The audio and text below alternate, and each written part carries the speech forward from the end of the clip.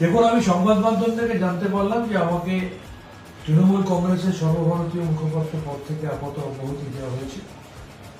প্রথম দিনের মার খাওয়া, লড়াই করা তৃণমূলের একজন অনুগত সৈনিক হিসাবে আমি তৃণমূলের সমস্ত সিদ্ধান্ত আগেও যেরকম শিরোধার্য করেছি, আজও এই সিদ্ধান্তকে আমি শিরোধার্য করছি। তবে আমি দুটো জিনিস বিশ্বাস করি। প্রথম, তৃণমূল কংগ্রেসের মুখপাত্র থাকাকালীন আমি যখন যেখানে যেভাবে দলকে রিপ্রেজেন্ট করেছি, আমি কখনো কোথাও দলবিরোধী কোনো কথা বলিনি।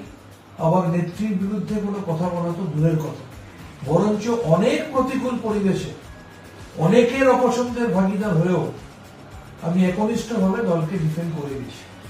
আর দ্বিতীয়, গতকাল আমি যে কথা বলেছি আজও আমি একই কথা বলবো।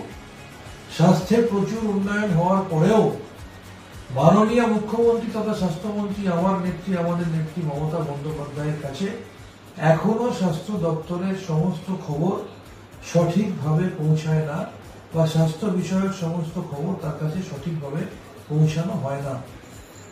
আসলে দুঃখ লাগে যখন দেখি যে অন্য দল থেকে এলে বা নির্বাচনের আগে অন্য দলের প্রতীকে প্রতিদ্বন্দ্বিতা করে আবার দলে ফেরত এলে, বা এই দল সেই দল ওই দল করে আবার আমাদের দলে এলে, বা আমাদের নেত্রীর বিরুদ্ধে প্রকাশ্যে বিষোদ্গার করলে অনেক সময় আমাদের দলে সম্মানিত হয়।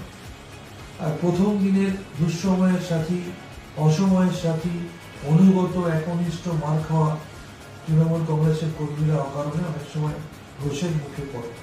আমি তৃণমূল কংগ্রেসের সাথে ছিলাম, আমি আজও তৃণমূল